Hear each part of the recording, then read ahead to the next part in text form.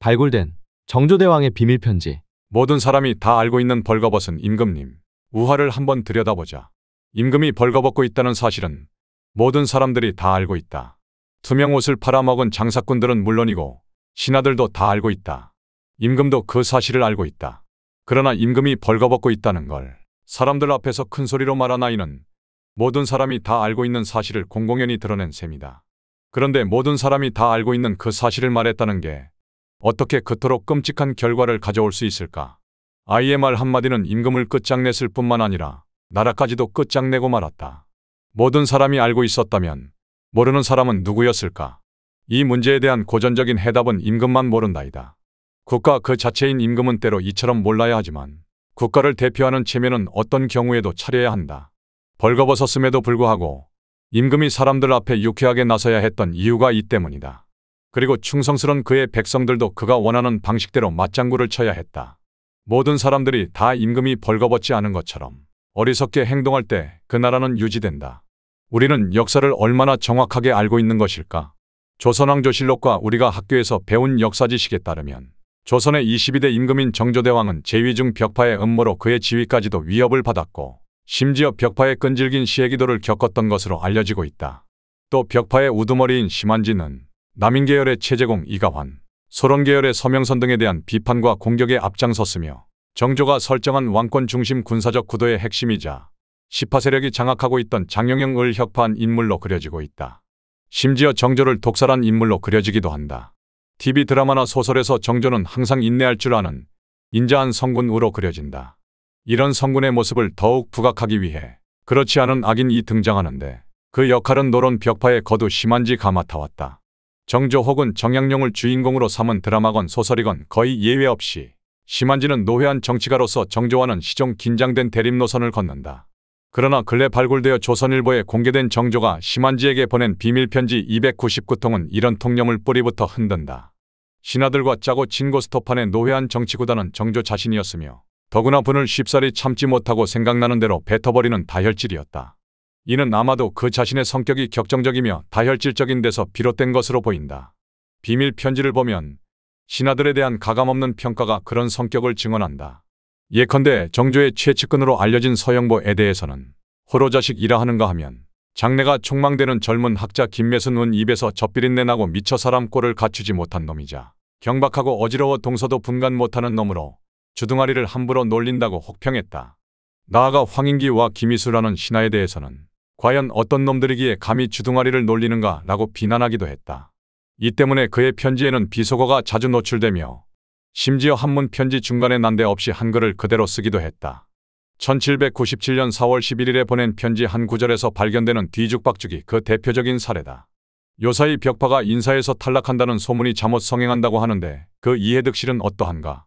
지금처럼 벽파의 무리가 뒤죽박죽이 되었을 때에는 종종 이처럼 근거 없는 소문이 있다 해도 무방하다.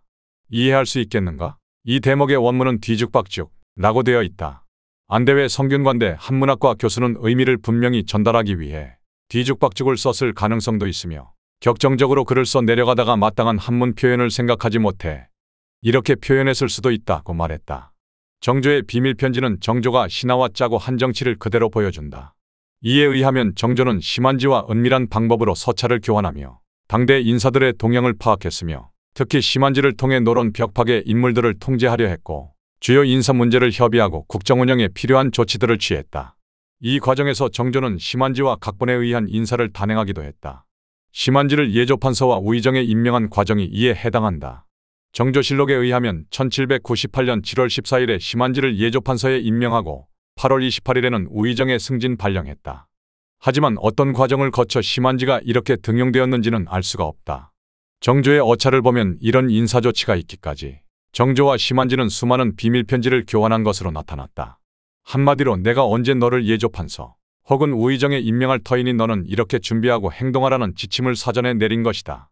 나아가 정조실록에는 심한지가 우의정으로 있으면서 여러 번 사직상소를 올린 것으로 나온다. 한데 이런 비밀 어차를 통해 이 또한 정조와 심한지가 미리 각본을 짜고 벌인 일종의 정치쇼였음이 드러난다. 정조는 1798년 9월 18일 금강산 유람에서 돌아온 심한지에게 첫 번째 사직상소를 언제 낼 것인지를 물었으며 그에 대한 답변과 사직상소 문안이 도착하자 사흘 후에 내는 것이 좋겠다고 조언을 하고 사직상서 문안도 직접 손을 본 것으로 밝혀졌다. 이 편지들 중 하나에는 심지어 내일 오전 회의에서 이런 사안을 논의할 터이니 심한지 당신이 이런저런 의견을 내놓으면 내가 승인하겠다고 입을 맞추는 내용도 있다. 정조 독살설의 진실은 여전히 안개속이다. 조선왕조의 개혁과 이를 통한 근대화를 꿈꾼 정조의 야망이 심한지로 대표되는 수구보수파인 노론 벽파에 의해 독살됨으로써 좌절되고 말았다는 이른바 정조 독살설은 학계의 광범위한 지지를 받아왔다. 심한지는 정조와 정치적 이해관계를 달리한 노론 벽파의 우두머리였고 나아가 정조가 죽을 때 그 옆에서 약을 들도록 했다는 정조실록의 기록에 주목해 심한지가 정조를 독살했다는 주장은 다수가 동의하는 지배적 의견이었다. 하지만 이번에 공개된 정조의 비밀편지들은 심한지가 정조의 정적이 아니었음은 물론이고 그의 신복이었음을 입증한다. 나아가 심한지에게 보낸 정조 자신의 편지에는 정조가 말년에 각종 질병으로 고생했음을 여실히 보여준다. 익히 알려진 대로 정조는 이미 말년이 되면 돋보기 안경을 쓰고도 글을 읽지 못할 정도였으며 광난이나 다른 병으로 며칠 동안 앓아 눕는 일이 덜어 있었다. 죽기 2달 전인 4월 17일자 편지에는 이렇게 호소했다. 나는 갑자기 눈곱이 불어나고 머리가 부어오르며 목과 폐가 메마르네. 눈곱이 짓무르지 않을 때 연달아 차가운 약을 먹으면 짓무를 기미가 일단 사라진다. 그런데 잠시 후에는 번갈아 온몸이 통증을 일으키니 그 고통을 어찌 형언하겠는가. 얼마 전 발굴된 어찰은 일부 대필한 것을 제외하고는 정조가 심한지에게 친필로 써서 보낸 것으로 드러났다. 심한지는 이 편지들을 받을 즈음에는 예조판서와 우의정 그리고 좌의정이었다. 그의 사후 순조시대가 개막하면서 심한지는 영의정을 역임하기도 했다. 이런 그가 한창 활동할 때 편찬이 시작되고 일단락된 정조의 문집, 홍제전서에도 새로 발굴된 정조 어찰은 단 한 편도 실리지 않았다. 이는 정조나 심한지가 문제의 어찰이 공개될 때 일어날 정치적 파장을 고려했기 때문임에 틀림없다.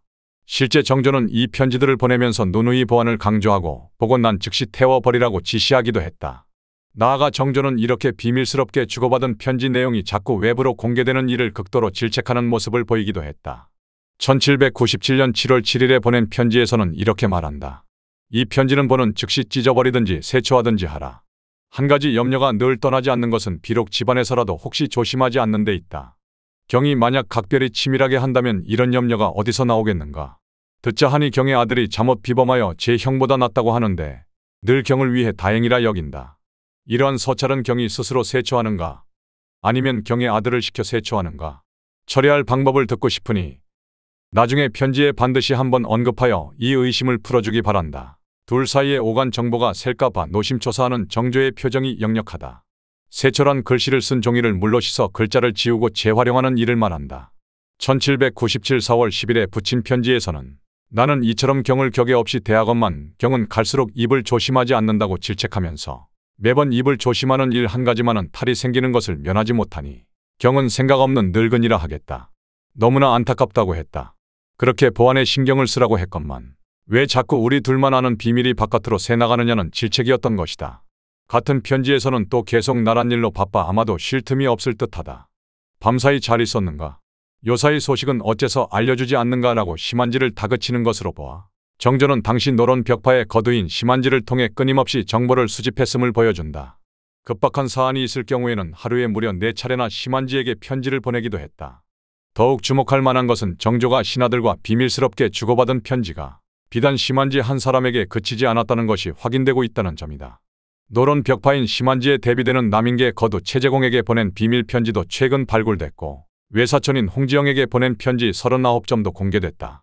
나아가 이번에 발굴된 정조 어찰은 기록의 정확성과 방대함으로 정평이 난 조선왕조실록이나 승정원일기도 그렇게 안심하고 믿고 따를 만한 기록이 아니다는 사실을 다시금 확인시켜준 것으로 평가된다. 모두가 어리석을 때 체제는 잘 돌아간다.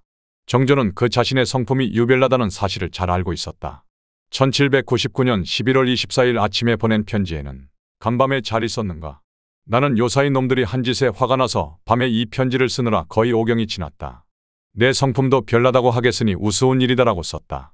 정조대왕은 자신의 이런 서찰이 외부에 알려지리라는 것을 알고 있었다. 심한지는 정조가 알고 있다는 사실을 알았다. 신하들은 정조가 다혈질의 막후 정치가라는 사실을 알고 있었다. 당시 백성들은 정조가 노회한 정치가라는 사실을 알고 있었다. 정조도 그 사실을 알고 있었다. 모든 사람이 알고 있었다면 과연 모르는 사람은 누구였을까?